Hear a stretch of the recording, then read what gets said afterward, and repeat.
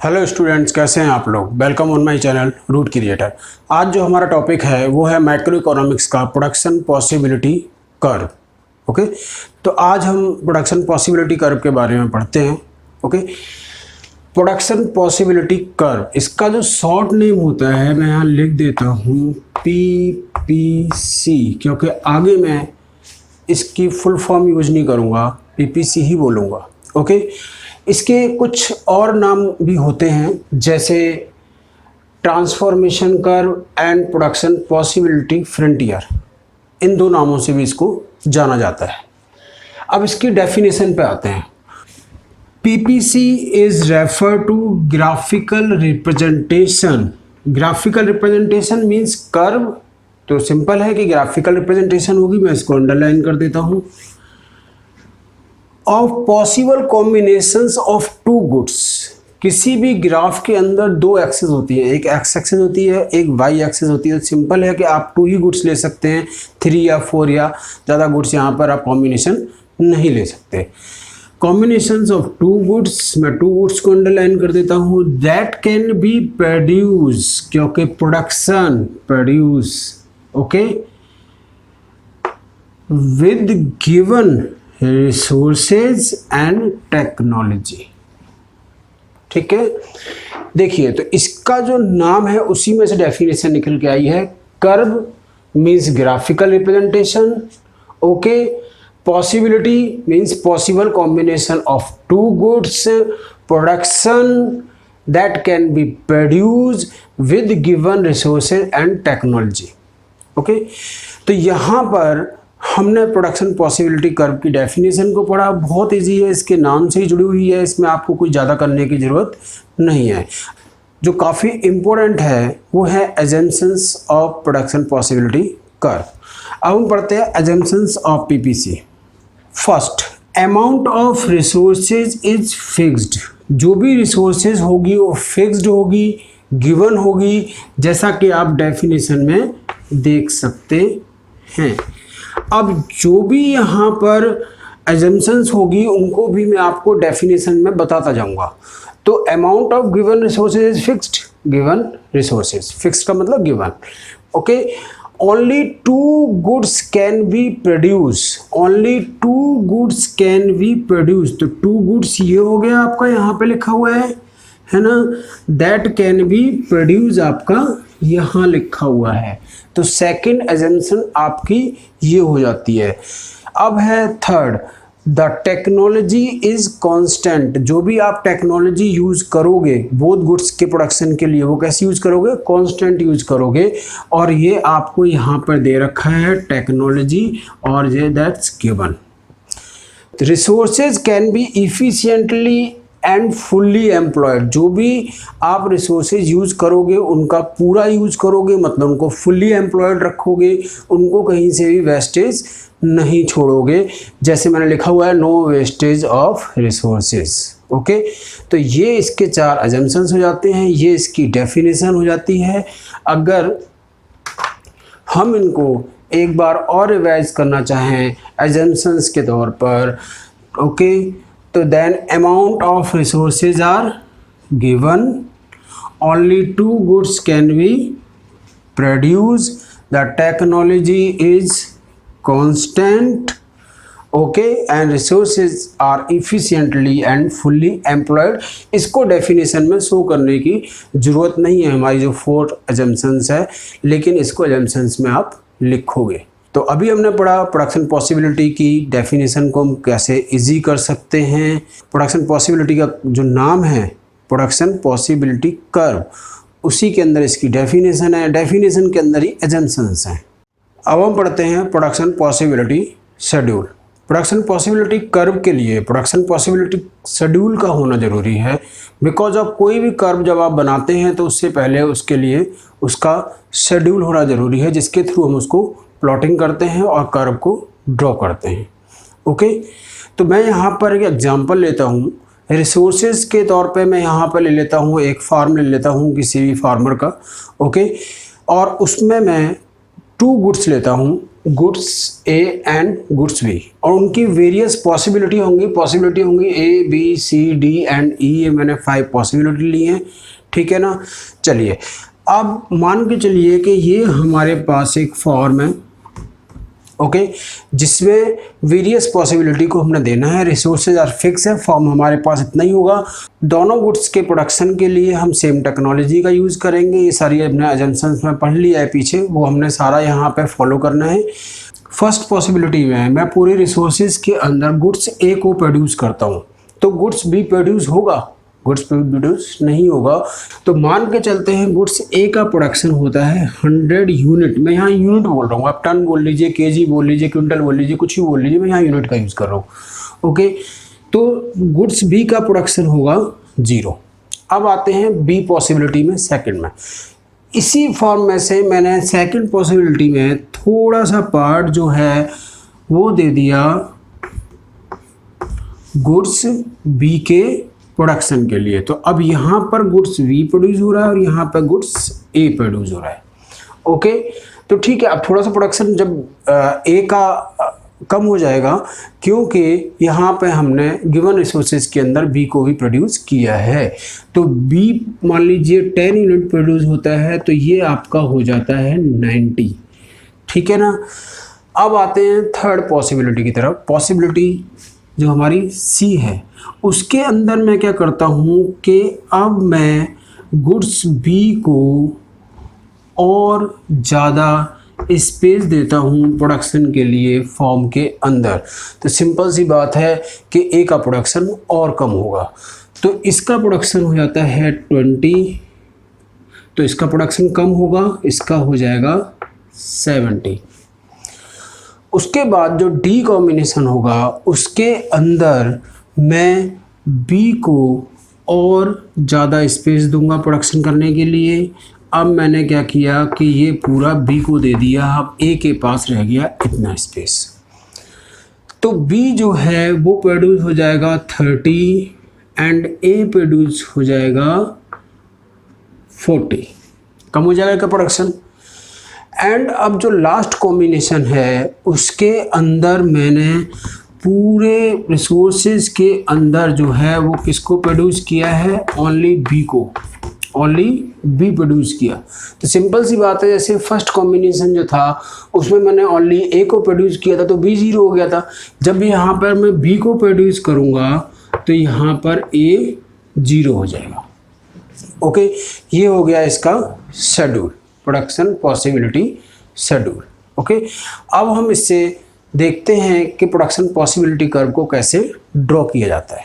Production possibility curve की 2 properties हैं।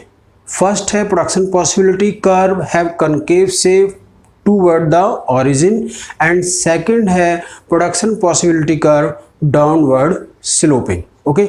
ये मैंने आपको पहले क्यों बताई हैं, क्योंकि हम जो अपना शेड्यूल बनाएंगे वो इन प्रॉपर्टीज़ को ध्यान में रखते हुए बनाएंगे। जैसे पहली मैंने बताई आपको कि वो कनकेव शेप है, तो कनकेव शेप के लिए हमें यहाँ पर जो ध्यान रखने वाली चीज़ है, आपको शेड्यूल के अंदर नंबर्स को कैसे लेना है ये ध्यान रखिए कि देखिए 100 -10 90 90 -20 70 70 -30 40 40 -40 देन 0। मीन्स आपने एक जो भी वेरिएबल है उसके जो डिफरेंसेस हैं वो कांस्टेंट रखना है। जैसे देखिए गुड्स बी का है 10 का डिफरेंस आ रहा है, और गुड्स ए में आपने डिफरेंसेस को धीरे धीरे इंक्रीज करते जाना है। देखिए यहाँ 10 का डिफरेंस, फिर 20 का डिफरेंस, फिर 30 का डिफरेंस, फिर 40 का डिफरेंस, ओके। इससे आपकी प्रॉपर कनकेव शेप आएगी, ठीक। सेकेंडली है वो डाउनवर्ड स्लोपिंग है। अब डाउनवर्ड स्लोपिंग के लिए डिफरेंस ही बात है कि अगर 2 वेरिएबल्स के बीच में इन्वर्स रिलेशनशिप होता है तो वो डाउनवर्ड स्लोपिंग ही होगा। तो यहाँ पर डाउनवर्ड स्लोपिंग है क्योंकि एक का प्रोडक्शन इंक्रीज करने पर गुड्स बी का, गुड्स ए का प्रोडक्शन डिक्रीज हो रहा है, मीन्स इन्वर्स रिलेशनशिप है, ओके। अब मैं जब प्रोडक्शन पॉसिबिलिटी कर्व बनाऊंगा, ठीक है, तो ध्यान देने वाली बात क्या है,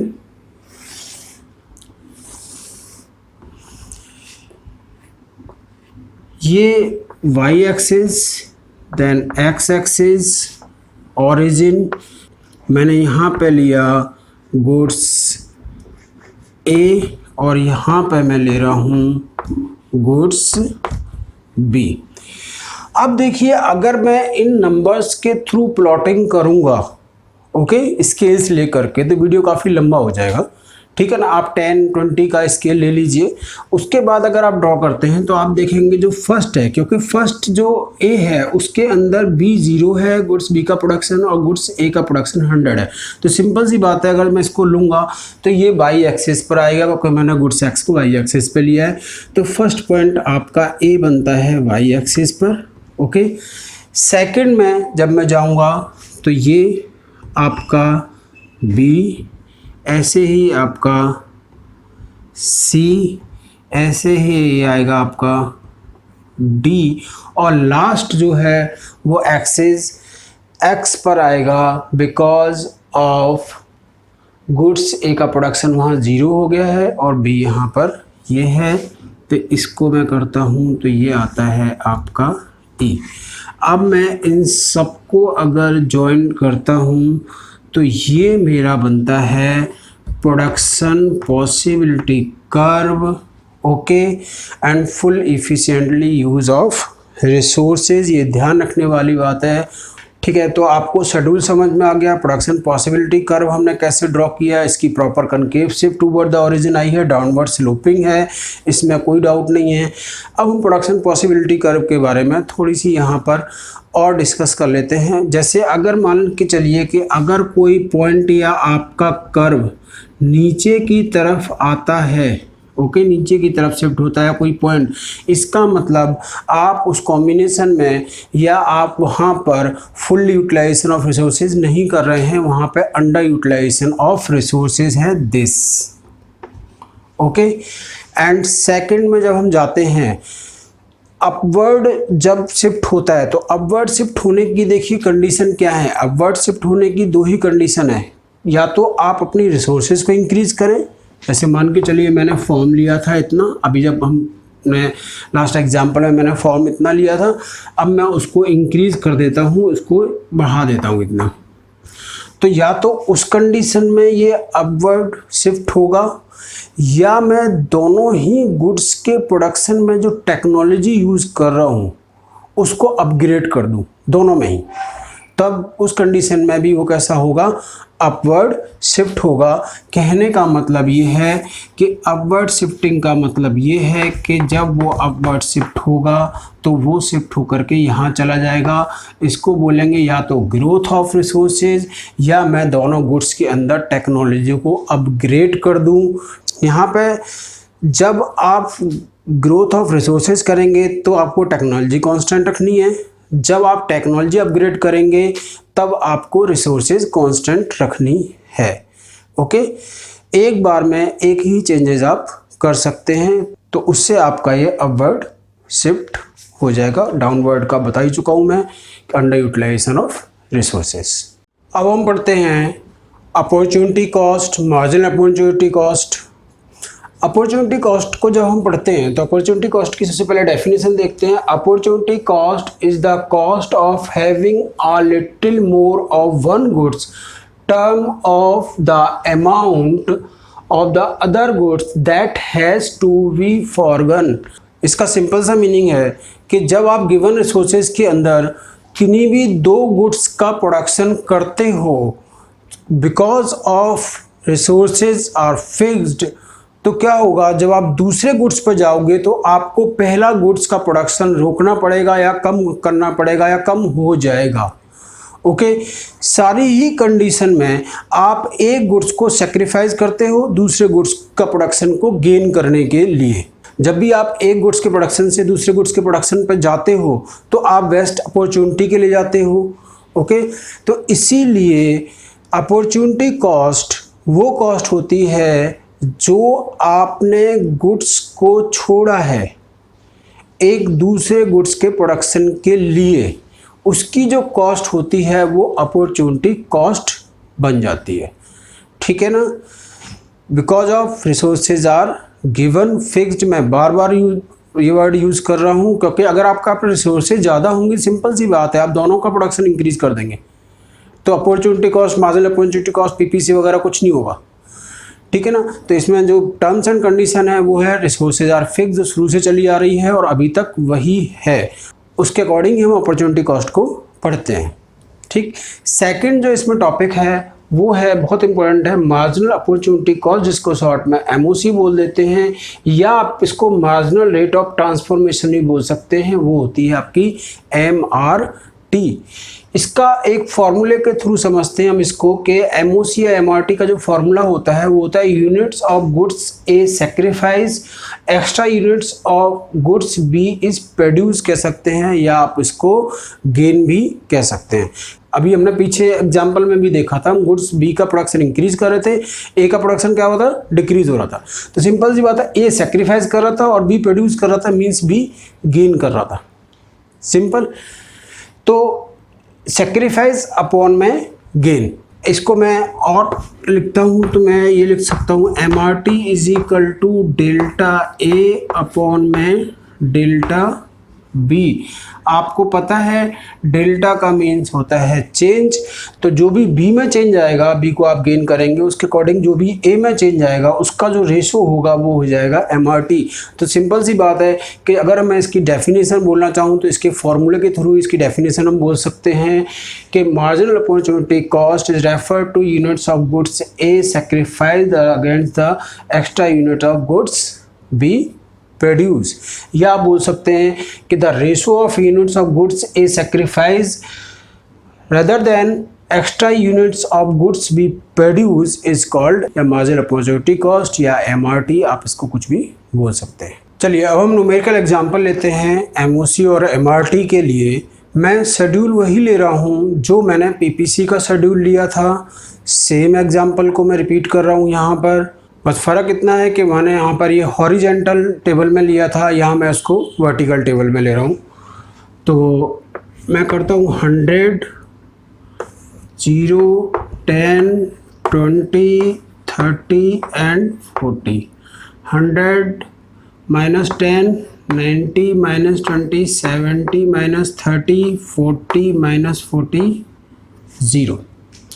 अब मैं एमआरटी फाइंड करता हूँ। देखिए इसका जो एमआरटी होगा, मैंने एमआरटी का फॉर्मूला लिया delta A upon delta B, जो पीछे लिया है, क्योंकि यहाँ पर ए सेक्रीफाइस कर रहा है, आप देख रहे हैं, और बी क्या कर रहा है, वो गेन कर रहा है, तो सेक्रीफाइसिंग अपॉन में गेन, सिंपल। तो ऊपर जो है, जब मैं यहाँ पर डेल्टा और डेल्टा बी लूँगा, ठीक है ना, कॉम्बिनेशन ए के लिए एमआरटी जब मैं फाइंड करूँगा तो वहाँ पर मेरे पास चेंज नहीं है, मतलब मैं डेल्टा लेने के लिए ऊपर मेरे पास नंबर्स नहीं है, तो यहाँ पर इसका कुछ भी आंसर नहीं आएगा, सेकंड से आना शुरू होगा।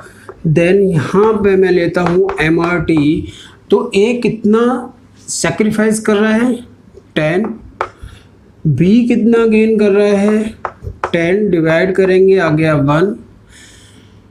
सी कॉम्बिनेशन में आते हैं, एमआरटी इज इक्वल टू, यहाँ पर ए कितना सेक्रीफाइस कर रहा है, 20, बी कितना गेन कर रहा है, 10, देन आ गया 2। डी कॉम्बिनेशन में आते हैं, लिखते हैं M R T is equal to, यहाँ पर ए कितना सेक्रीफाइस कर रहा है, 30, बी कितना गेन कर रहा है, 10, देन 3, एंड लास्ट कॉम्बिनेशन में आते हैं, तो M R T is equal to, यहाँ पर ए कितना सेक्रीफाइस कर रहा है, 40, क्योंकि 40 से 0 हो रहा है, देन बी कितना सेक्रीफाइस कर रहा है, 10, देन 4। अब यहाँ पर आप देख रहे होंगे कि जो हमारा एम आर टी है वो इंक्रीजिंग है, 1, 2, 3, 4। हमारी जो एक प्रॉपर्टी थी प्रोडक्शन पॉसिबिलिटी कर्व की, वो थी कि production possibility curve concave shape toward the origin, उसका आंसर ये है बिकॉज ऑफ इंक्रीजिंग एमआरटी। मैं एक बार और रिपीट कर दूं आपको, प्रोडक्शन पॉसिबिलिटी कर्व का जो कनकेव शेप होता है टूवर्ड द ओरिजिन, उसका रीजन क्या है, इंक्रीजिंग एमआरटी। तो स्टूडेंट्स, आज के वीडियो में हमने जो टॉपिक कवर किए हैं वो है प्रोडक्शन पॉसिबिलिटी कर्व की definition, production possibility schedule, production possibility curve को शेड्यूल के थ्रू कैसे ड्रॉ करते हैं, then opportunity cost, marginal opportunity cost, या उसको हम मार्जिनल रेट ऑफ ट्रांसफॉर्मेशन भी बोल सकते हैं, और लास्ट जो हमने किया है वो किया है एमआरटी का एक न्यूमेरिकल एग्जाम्पल जो आपके सामने है। तो स्टूडेंट्स मेरे चैनल को लाइक कीजिए, सब्सक्राइब कीजिए, अपने फ्रेंड्स के साथ में शेयर कीजिए, जिससे कि उनको भी इसका कुछ बेनिफिट मिल सके। आने वाले वीडियोज़ में मैं माइक्रो इकोनॉमिक्स के और भी टॉपिक आपके लिए लेके आऊँगा। इकोनॉमिक्स बिल्कुल भी टफ सब्जेक्ट नहीं है, वो हमें लगता है, कुछ स्टूडेंट्स को लगता है कि इकोनॉमिक्स पता नहीं क्या है, ना न्यूमेरिकल है ना थ्योरी है, समझ में नहीं आता क्या है। इकोनॉमिक्स को पढ़ने का सिंपल सा मेथड है कि आप इसको समझिए, आप इसको रटिए मत। अगर आप रटेंगे तो ये आपके लिए प्रॉब्लम क्रिएट करेगा। आप इसको जितना ज़्यादा से ज़्यादा समझ सकते हैं, अंडरस्टैंड कर सकते हैं, वो करिए। ठीक है स्टूडेंट्स, आज की वीडियो में इतना ही।